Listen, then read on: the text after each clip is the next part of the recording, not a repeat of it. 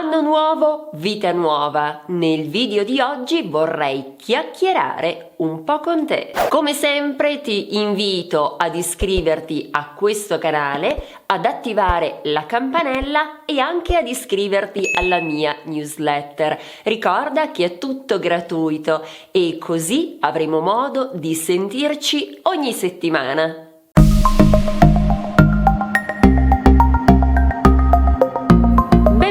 O benvenuta a Italiano con Eli. Io sono Elisabetta e questo è l'ultimo video del 2021. Oggi avrei voglia proprio di parlare con te di che cosa è stato il 2021 e di che cosa ci aspetta nel 2022. Iniziamo dal 2021. Che anno è stato per te? Ci sono degli aspetti positivi? Naturalmente sono consapevole che siamo in una pandemia globale, quindi è chiaro che non è stato un anno facile. Per me è stato un anno di lutto, quindi so che cosa vuol dire. Però ti vorrei sfidare, vorrei infatti fare un bilancio con te di quest'anno. Ho un'attività per te che amo spesso fare con i miei clienti. Ti chiedo di dirmi questo. Com'è stato l'anno vecchio? Mi puoi dire una nuova abitudine, una cosa di cui sei grato o grata, una persona importante, un libro che ti ha fatto crescere e una lezione difficile nel 2021? Visto che non è facile, comincio io. Allora, una nuova abitudine per me nel 2021 è stata scrivere il diario della gratitudine. In realtà, devo puntualizzare, io ho iniziato a scrivere il diario della gratitudine credo più o meno 2 anni fa, però quest'anno è diventata proprio un'abitudine regolare, sia al mattino che alla sera scrivo di che cosa sono grata. Il diario della gratitudine fa parte della mia routine mattutina e adesso anche serale. Significa che scrivo le cose di cui sono grata. La cosa interessante è che questo ti abitua a vivere le tue giornate cercando quei momenti molto belli di cui ti dovrai ricordare alla sera, e quindi è un modo per fare sì che il nostro cervello presti molta più attenzione alle cose positive anziché a quelle negative. È veramente un'abitudine che può cambiare la vita e lo dico sinceramente perché è così. Ti consiglio di provare a scrivere un diario della gratitudine. Ti assicuro che nel corso di poche settimane noterai una differenza. Una cosa di cui sono estremamente grata è il mio lavoro, un lavoro che amo, e credo che questa sia una delle più grandi ricchezze, cioè fare qualcosa che piace. Diciamo che c'è anche un aspetto negativo, perché il mio lavoro mi piace così tanto che tendo veramente a dedicare moltissime ore. Del resto è un po' ciò che succede a tutti gli imprenditori e alle imprenditrici. Vedi crescere qualcosa dal nulla che parte dalla tua mente, da una tua idea, e vedi come si sviluppa, come cresce, ed è veramente una sensazione bellissima.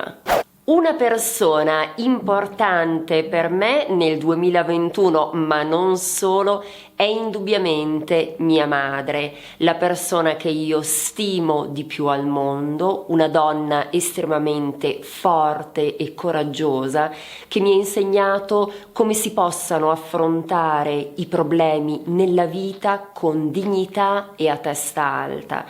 Penso di essere una di quelle persone fortunatissime al mondo, perché avere una madre come quella che ho io credo che capiti una volta ogni milione di persone, lo dico sinceramente, quindi sono estremamente grata per questo. Un libro che mi ha fatto crescere è senz'altro quello di Deepak Chopra, Le 7 leggi spirituali del successo. Come vedi è un libro estremamente breve, ci sono poche pagine. Però attenzione, è un libro molto denso. Non l'ho inserito nel video della settimana scorsa in cui ho parlato dei 5 libri che ho amato di più nel 2021, perché in realtà ho scoperto questo libro alla fine del 2020 e questo è uno di quei libri che è bene rileggere ogni tanto, perché i principi di cui si parla in questo libro sono leggi universali. A volte è facile dimenticare queste leggi, non prestare attenzione a queste leggi che invece sono fondamentali. Questa è una lettura che ti consiglio. Non prendere nulla in modo personale. Questa è la difficile lezione che ho imparato nel 2021 e a dirla tutta non ho ancora imparato a metterla in pratica, però ci ho riflettuto molto grazie a questo libro, un altro libro che ti consiglio di Don Miguel Ruiz. Qui c'è scritto The Four Agreements perché ho letto il libro in inglese, in italiano sarebbe I 4 accordi. Ebbene, il secondo di questi accordi, o il terzo, non sono sicura di quale sia, ci dice proprio di non prendere mai in modo personale ciò che fanno gli altri. Non so se tu abbia mai avuto a che fare con persone narcisiste, ma quello che spesso fanno queste persone è cercare di farti del male, anche deliberatamente, e a volte dicono delle cose che sono veramente in grado di ferirti. Tra l'altro, qui ci sarebbe da aprire una parentesi sulle neuroscienze, ma evito, altrimenti il video sarebbe troppo lungo.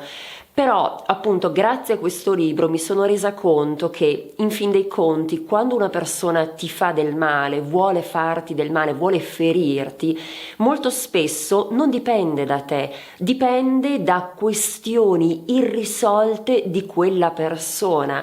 Magari quella persona non è stata in grado di accettare delle situazioni passate e quindi ci sono ancora, come dire, degli elementi su cui questa persona dovrebbe lavorare.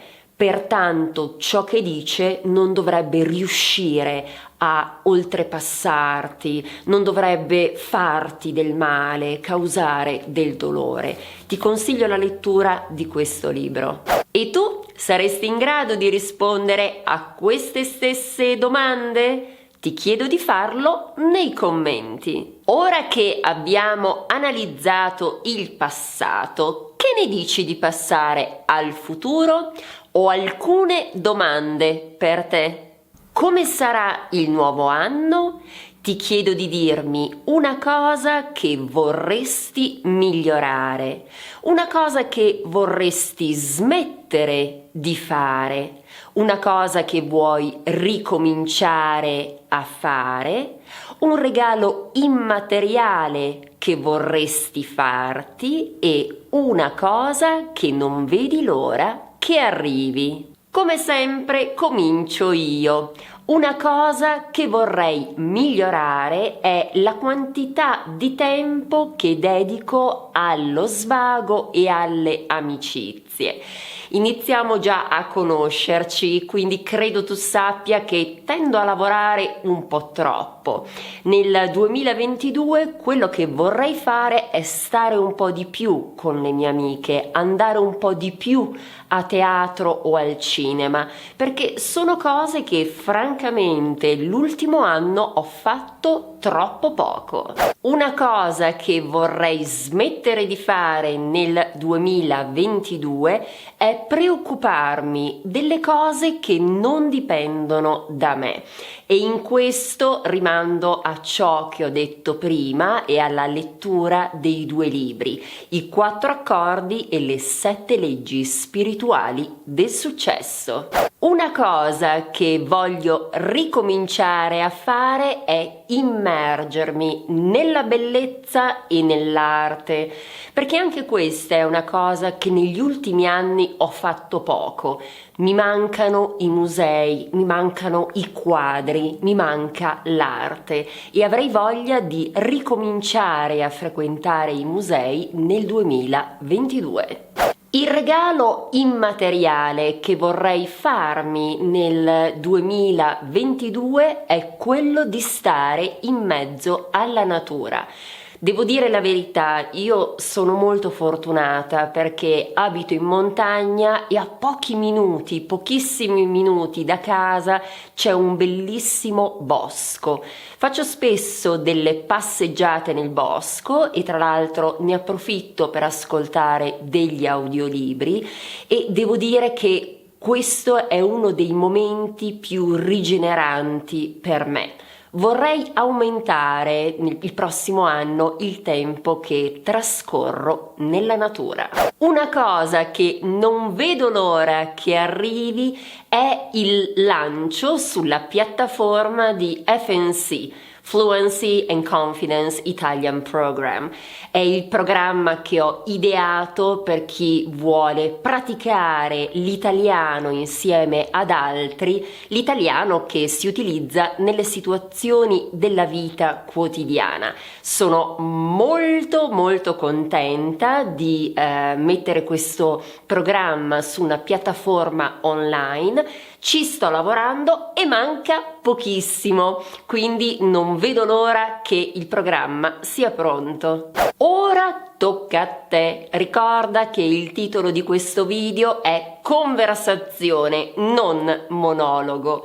Aspetto di sapere le tue intenzioni per il prossimo anno qui sotto nei commenti. Ti è piaciuto questo video? Se sì, ti chiedo di mettere un mi piace e di condividerlo con i tuoi amici. E naturalmente, se non ti sei iscritto o iscritta al canale, ti rinnovo l'invito a farlo. Trasforma il tuo sogno italiano in realtà.